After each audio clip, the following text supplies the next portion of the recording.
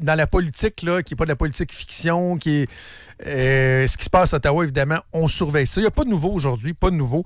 Mais je voyais Pierre Poilievre tantôt qui était en point de presse, évidemment. Il serait fou de ne pas sauter sur l'occasion. Il était très bon hier, Pierre Poilievre, avec sa première question, notamment la période de questions, où il a dit I have a question for the finance minister. Who are you? Parce qu'à ce moment-là, on ne savait pas encore que c'était Dominique Leblanc. On était à quelques minutes de la mise à jour. On ne savait pas qui était pour être le ministre. Il a été très bon. Puis tantôt, Pierre Poilievre, je voyais en bas d'écran, a dit « Trudeau est vu comme un clown à l'international ». Je ne vais pas refaire la discussion qu'on a eue en début de show, mais je fais juste vous rajouter un aspect. Puis Catherine, toi hier qui se disait un peu... personne sensible en toi, tu trouvais ça triste un peu pour Justin Trudeau de voir une pareille déconfiture? Là? Je trouve ça encore triste en ce moment. Même si je le sais, dites-moi-le pas, là, je sais, il est artisan de son propre malheur de A à Z. Mais le portrait global pour l'individu, je trouve ça triste. Ouais, je me faisais une réflexion ce matin, puis par le plus grand des hasards, j'ai pas dit ça à radio ce matin. Après ça, je pensais à tout ça, puis je me suis fait une réflexion, puis par le plus grand des hasards, il y a quelqu'un que je connais qui a travaillé en politique au Québec et qui est rendu à l'international. Travaille pour une grosse compagnie en Europe, il a une bonne job, puis cette personne-là m'a écrit pour me dire exactement, dans le fond, la même chose que ce que j'avais pensé. Donc, pas tout seul à penser ça. C'est que Justin Trudeau, en ce moment, est en train non seulement de scraper sa carrière politique, mais il est en train potentiellement de scraper son après-carrière politique. Parce qu'un premier ministre sortant comme ça qui arrive, puis du jour au lendemain, tu t'en vas pas travailler directeur de département. Qu'est-ce qui est payant? C'est de faire le circuit des conférences à l'international. Puis là, les gens te reçoivent. 300 000 pour une conférence. C'est ça, l'ancien premier ministre. Puis je me disais, écoute, il est tellement en train de perdre la face auprès de la planète en entier, que tout le monde couvre ça en disant, oh my God, quelle déchéance, qu'il va devenir, en anglais, on appelle ça un laughing stock. Tu sais, comment on traduirait ça en français? Une risée. Une risée. Il va devenir une risée. Aux États-Unis, en tout cas, il est une risée. Son marché de conférence à 300 000 de la craque aux États-Unis. La personne à qui je parlais en Europe me disait que de plus en plus, puis particulièrement dans les 24 dernières heures, des contacts que lui a, qui jadis lui disaient Crime, il a l'air bon, votre premier ministre. Là, dans les premières années, quand il était populaire, puis Canada is back, sunny ways, my friends, puis... Là, de plus en plus, je me fais dire « Oh, papa, c'est une vraie joke, votre premier ministre. » Le monde a changé aussi. Là. On est quoi? Because it's 2015, on est 10 ans plus tard. Là. Le monde a changé. On dirait que ça n'est pas aperçu. Il y a un rejet du wokisme, il y a un rejet du multiculturalisme fanatique partout dans le monde. On dirait qu'il l'a pas saisi. Je vois du coin de l'œil Sheila Copps en entrevue, Joe, sur un réseau de télé. Tu sais, hier, on se demandait, y a-t-il des grandes personnes qui restent au Parti libéral encore? Parce que, tu sais, il reste Jean Chrétien, Marc Lalonde est décédé, il reste Jean Chrétien, il reste Paul Martin, mais M. Martin, je pense que sa santé est difficile aussi de ce que j'ai compris, malheureusement. Sheila Copps, c'en est peut-être une grande personne au Parti libéral qui pourrait peut-être dire, hey, Justin, là, tu sais, le prendre par la main, là, puis dire... Tu sais, quand quelqu'un est complètement déconnecté de la réalité, Joe, dans une situation, là, tu sais, quelqu'un qui prend cette personne-là par la main, là, ou un enfant qui pète une crise, viens-t'en là. Viens-t'en, on va se parler, on va se... Sais-tu, là, on va se jaser un peu. Prend? Peut-être Sheila Copps pourrait faire ça, ce job-là. Peut-être des anciens, mais ultimement, là, puis peut-être que c'est arrivé, puis Justin Trudeau écoute vraiment absolument personne, mais Alexandre Trudeau, le frère de Justin, sa mère, je mettrais Sophie Grégoire là-dedans. Ses enfants, qui sont rendus des préadultes, qui voient ce qui se passe. Un petit conseil de famille de gens qui lui disent mon frère, mon fils, mon ex, mon père, c'est assez, là.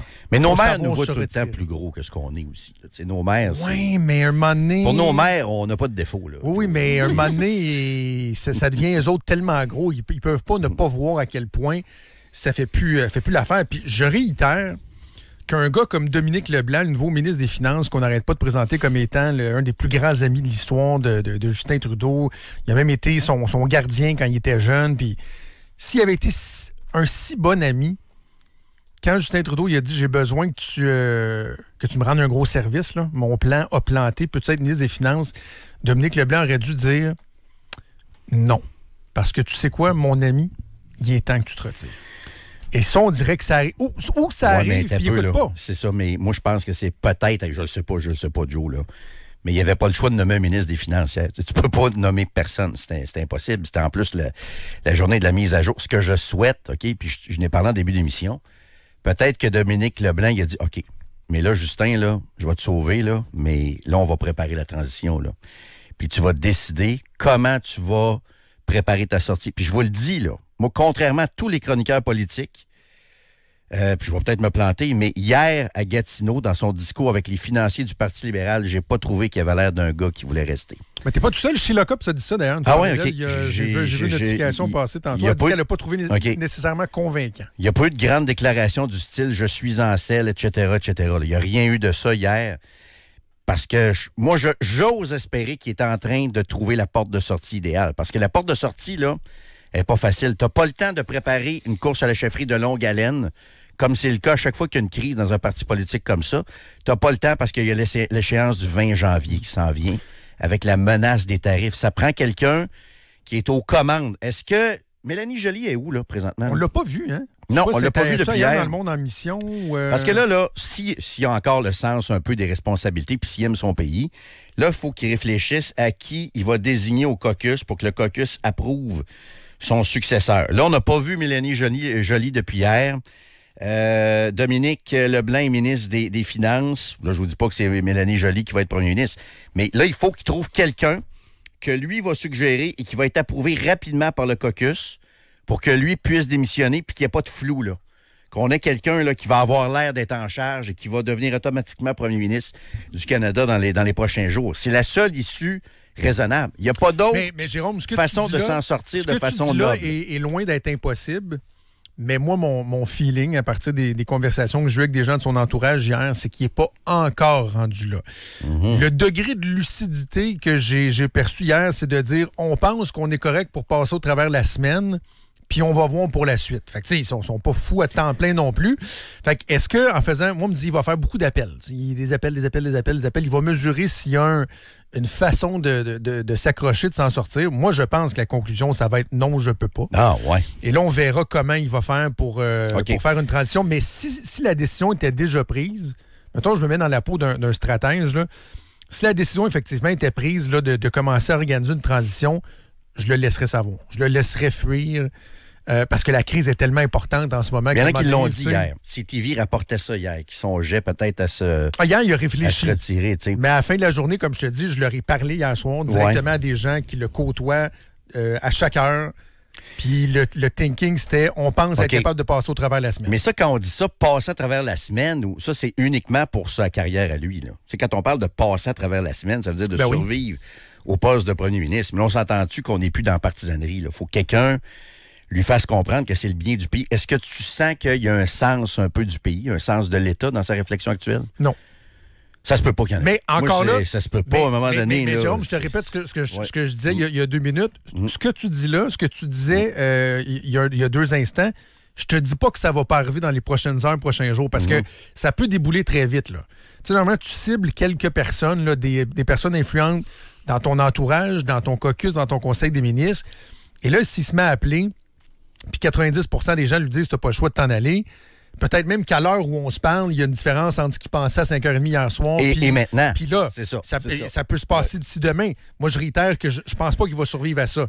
Je sais juste pas comment ça va évoluer, mais je pense qu'hier, il était encore dans une espèce de tentative de survie. Mais tôt ou tard, il faudra que quelqu'un lui mette les yeux de 20 trous. S'il y a le moindrement de respect pour son pays et d'amour pour son pays, il faut plus qu'il pense à sa survie. T'sais, il est rendu à penser au bien de l'État canadien. Puis le moindrement que tu as de l'empathie un peu, même un mégalomane, à un moment donné, narcissique, va avoir peut-être un petit peu d'empathie puis de recul. Je veux dire, il faut qu'il soit rendu là, à penser au pays avant sa carrière qui est déjà... Il ne peut pas être le seul au Canada pour voir que sa carrière anyway détruite. Là. Quand tu dis, là, doit penser au pays, là, s'il y en a qui pensaient que c'est exagéré, puis on a parlé des États-Unis, l'impact sur la renégociation ou la négociation avec Donald Trump sur les États-Unis, mais je vais même aller plus précis que ça encore.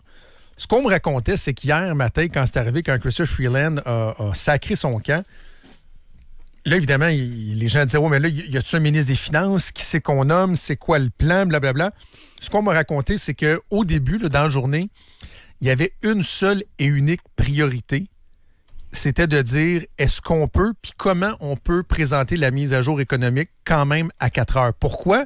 Parce que l'utilisation dans leur jargon, on me disait que c'était market moving. C'est ça, exact. Market moving, ce que ça veut dire, c'est que ce qui se passait là avait un impact sur les marchés financiers. Le dollar, comme un budget, dans le fond, qui a un impact sur la bourse. On n'a pas le choix de le présenter à 4 heures parce que là, les marchés vont devenir instables. Puis tout ça, fait, le premier plan de match à établir, c'est celui-là. C'est ça. Donc, c'est vous dire à quel point la situation actuelle a un impact sur le Canada.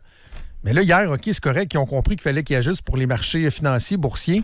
Il va falloir qu'ils comprennent que ça va plus loin que ça, là. Qu'à court terme, sur l'impact sur les États-Unis et tout ça, ça va prendre dans la négo, mesures. C'est que là, plus les jours vont passer, plus la menace du tarif approche et plus ça va être market moving, comme tu dis là aussi. Là. Ouais. Il va y avoir un impact sur notre devise, il va y avoir un impact sur les marchés boursiers. Ça va aller vite, là. On est quoi, le 17?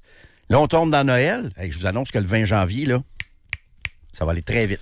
Et ça, c'est market moving, comme tu le mentionnes très bien. Je ne sais pas si ça se fait en un court laps de temps, mais je réalise qu'il y a beaucoup de questions au 25-226 sur les possibilités. Qu'est-ce qui peut bien arriver? Il y a des auditeurs, je les salue, Maxime, Éric, qui nous disent « Là, moi, je suis pas super politisé, mais j'aimerais ça comprendre. Qu'est-ce qui arrive si Justin Trudeau remet sa démission? » Puis, il y a Maxime qui dit, est-ce que les autres ministres pourraient le forcer à quitter? C'est quoi les options en ce moment là, qui lui pendent au bout du nez? C'est pour ça que je vous parlais de Mélanie Joly, parce que ce que j'ai compris en écoutant des experts ce matin, on est dans une situation exceptionnelle. S'ils démissionnent, la balle est dans le camp du caucus libéral qui doivent nommer un chef qui va devenir premier ministre du Canada. C'est ça qui se passe. En attendant la date officielle des élections. Oui, s'ils démissionnent tout de suite, là, il pourrait démissionner en disant, il pourrait dire, je vais me retirer ou peut-être dans quelques mois. Mais il est trop tard à cause du 20 janvier. Ouais. C'est pour ça qu'il faut que ça se fasse là, à mon avis. S'il se retire, on s'en va en caucus des députés libéraux et ils vont désigner le chef du parti qui devient automatiquement premier ministre du Canada. Ça, c'est s'il se retire. Mais est-ce qu'il y a un scénario, puis là, je pose la question pour Maxime, mais est-ce qu'il y a un scénario dans lequel quelqu'un peut le faire tomber? Des gens peuvent dire, on fait ceci parce qu'on veut que Justin quitte. Ils le font déjà un peu. Dans les faits, non. OK. Les autres partis, le Parlement peut faire tomber Justin Trudeau. Oui. S'il y a un vote, les fameux votes de censure qu'on a, s'il y a ça, ils peuvent le faire tomber. Mais là, il reste une journée à la session parlementaire. Il n'y aura pas de vote. Puis, comme j'expliquais un peu plus tôt, il peut proroger la session. Donc, lui, il peut décider qu'il ferme les portes du Parlement puis qu'il ne se passe plus rien jusqu'à temps qu'il rappelle le Parlement. Donc, ses adversaires peuvent le faire tomber, mais à court terme, c'est à peu près pas possible. Est-ce que son parti peut le forcer vers la sortie? Il n'y a pas de règle en ce sens-là au Parti libéral du Canada. Sans rentrer trop dans des détails de fonctionnement, un moment donné, il y a eu un changement dans les règlements à la Chambre des communes qui donnait la possibilité aux partis, chaque parti, de voter des règlements internes permettant aux députés d'exiger un vote de confiance sur leur chef à l'interne et que si le résultat était défavorable, le chef n'a pas le choix de sacrer son camp. Okay. C'est comme ça que Andrew Scheer a perdu sa job. Que Erin O'Toole a perdu sa job après la dernière élection. Il a perdu. Il y a des députés qui ont demandé un vote. Il a perdu, donc il n'a pas eu le choix de sacrer son camp. Les libéraux, c'est le seul parti, sauf erreur, qui n'ont pas adhéré à cette possibilité-là. Fait qu'eux, dans leur règle interne à la Chambre des communes, il n'y a pas cette possibilité-là d'exiger un vote puis que le chef soit attaché à ça. Okay. Mais à un moment donné, moralement, si y avait un vote qui était appelé à l'interne, ben, il n'y aurait comme pas le choix moralement. Mais rendu là, tu nommes un successeur, soit par intérim ou de façon permanente. Moi, je ne serais pas surpris qu'on essaie une espèce d'intérim. Mettons un Dominique Leblanc qui fait consensus. Puis là, tu fais une course en accéléré pour que le parti choisisse son chef. Là, parce que je comprends que les délais sont rapides, mais à un moment donné, il y a un aspect aussi de régie interne de parti. Mais c'est ça le problème. C'est que dans un contexte normal, tu sais, je parlais de Mulroney et Trudeau, père, à l'époque des années 80. Les autres ont fait ça comme des adultes. Ils ont annoncé leur démission, mais ils sont partis juste quand il y a eu un nouveau chef, 4, 5, 6 mois plus tard, qui a été élu. Mulroney, c'est ça qu'il a fait. Il a démissionné, mais ils sont partis, eux, de mémoire, au moins 5, 6 mois pour organiser la course. Et c'est là que Kim Campbell a été désigné chef du Parti conservateur et est devenu premier ministre. Mais tu n'avais pas l'urgence d'un Trump qui te met de la pression avec des tarifs. C'est pour ça que ça prend quelqu'un là, qui va aller négocier rapidement avec Trump, sinon on est dans la merde. C'est ça. Il nous a mis dans la merde, totalement. Mais avant de passer à autre chose, je t'ajoute une couche. Pour négocier devant Trump, il faut que tu aies une légitimité. si tu n'as pas été élu ni par ton parti, ni par les citoyens comme premier ministre du Canada, puis que tôt ou tard, tu vas repartir en élection. C'est ça. C'est quoi ta légitimité? Ben, c'est pour ça qu'il aurait dû quitter bien avant s'il y avait un peu de dignité. Ça, malheureusement, on peut pas refaire le passé. Les oppositions, sérieusement, n'ont pas fait le job cet automne. Les oppositions auraient dû sortir bien avant. Est-ce que c'est vrai que la pension de Jock Meeting, la date du 25 février prochain, était très importante? Ça explique peut-être en partie pourquoi Jock Meeting a encore fait survivre ce gouvernement-là. Pour lui, et je me souviens plus du chiffre, mais 25 quelque chose février. comme 80 députés et du NPD et des conservateurs, des libéraux. Il y avait une date qui faisait en sorte que, passé cette date-là, ils ont atteint le nombre d'années pile pour avoir leur pension au fédéral. Fait qu'il y a un petit peu de gossage autour de ça. Je sais que Pierre Poilievre accuse souvent Jock Meeting. C'est une fake picture ou fake news qu'il y a une Maserati, Jock Meeting? Je sais pas, j'ai pas vu ça. Ça a passé pas mal dans les dernières semaines. La Rolex, on l'avait entendu, mais j'ai vu des photos, il débarque d'une Maserati. Si c'est vrai, ça fait aucun sens. Quand tu prétends défendre le peuple, là, c'est épouvantable. Quand j'ai écrit son nom dans Google, c'est la première affaire qui est sortie. Mais si tu fake ou c'est vrai qu'il y a une Maserati? J'ai pas vérifié, honnêtement. C'est tellement hypocrite, là. Je défends les travailleurs puis les programmes sociaux. C'est facile de demander aux gens de payer des gros impôts puis d'avoir un gros filet social quand toi, tu te promènes en VUS Maserati. Ben là, c'est le cas. Là.